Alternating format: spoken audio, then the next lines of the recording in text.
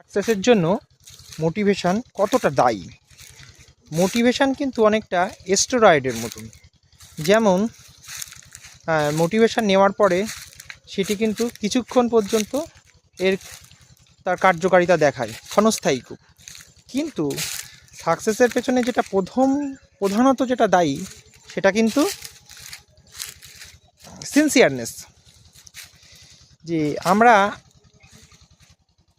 আমাদের ফিল্ডে কতটা সিনসিয়ার, হ্যাঁ, একটা রুটিন ফলো করে একটা নির্দিষ্ট এফর্টের সাথে আমরা কত লং টাইম ধরে কাজটা করতে পারছি, এর ফলে সাকসেসটা খুবই ইজি আর সহজ হয়ে যায়।